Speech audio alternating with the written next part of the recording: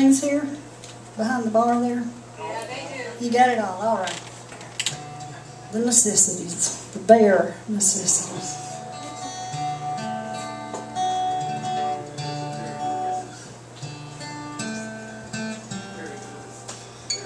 You want to tell the story of this song?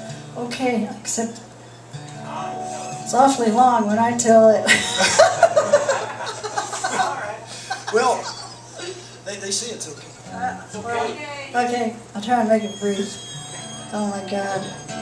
This is a song that I wrote with my old friend David Wilkie, who produced an album of mine called Cowboy Girl, Western album. And I was part of an NEA grant that was designed to maintain one stage at a particular cowboy music festival that was devoted to songs about California history.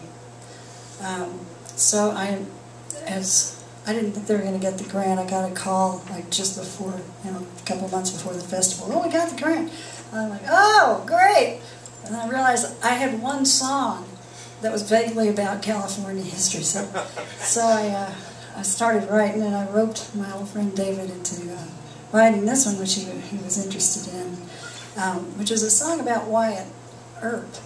But as I researched this, what became apparent was the real story was a love story. It was about Wyatt and his third wife and the love of his life, Sarah Josephine Marcus, who was a Jewess who was brought up in San Francisco, born in Brooklyn, I think, brought up in San Francisco. She left San Francisco with a theatrical troupe, which was hitting all these blood and guts bars and saloons in the really wild West. And guess what play they were doing? They were doing. No idea. Oh. I've never heard this story before. Okay, they were doing HMS Pinafore. They were doing Gilbert and Sullivan. So as beards were flying through the barroom, and Tombstone, her eyes and Wyatt Earp's met, or something like that. And they ended up, after the bloodshed, which was considerable, between the Clantons and the Earps, Wyatt and Josie ran off together to California.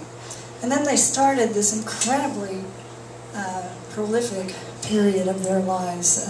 They did so many different things, and they traveled all the time, and the main thing was they just adored each other. And Wyatt would often be sought out. They lived in a cabin near Los Angeles, and he was often sought out by screenwriters and biographers, but movie makers, Hollywood types, and he would give them his time. But afterwards, he would complain a little bit to Josie and say, all they ever really want to hear about is that gunfight at the OK Corral, and that probably took 30 seconds. There's so many more interesting things that you'd think they'd want to hear about that we've done since then. Hence the song. Hence the song. Now you don't have to hear it.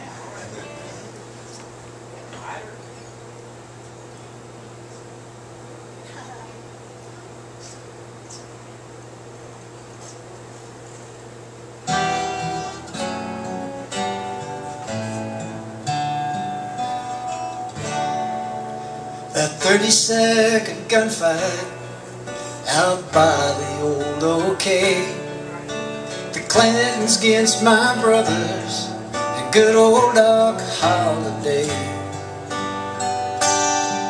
But I left bloodshed behind me with those Arizona days, to travel with you, Josie, till I was 80 years of age.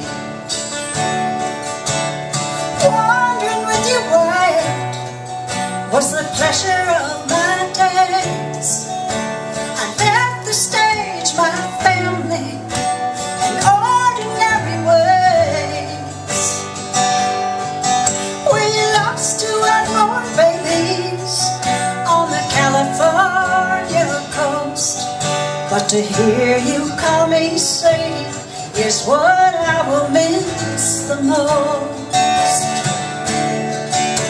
From Tombstone to Coeur d'Alene to the San Diego Pier, we were only searching for the next frontier. I've been a miner and a gambler and a boxing referee, U.S. Marshal, Faro dealer, and even drove a Model T. And the building of the Dexter underneath the midnight sun, then back to California with the fortune we had won. Prospecting in Death Valley in 1906, our claims 'neath Whipple Mountain, our gold and copper hits. We rolled across the desert, carried all that we could bear, but I did not mind the hardship, just as long as you were there. Los Angeles to Tony Park to the San Francisco Pier, we were only searching for the next frontier.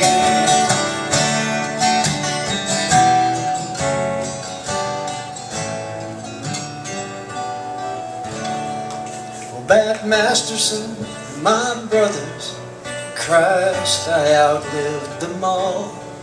Bill Hart, Tom Mix, John Claw, they were the bearers of my paw. True friends that any man would never hasten to bereave. But you, my dear Josie, are the one I hate to leave. Wyatt, now your life is ended, the Maker's come to take you home. But after mine is done, I swear you will not be alone. In Colma, California, I will lay down by your side and leave these widow's weeds behind as your eternal bride.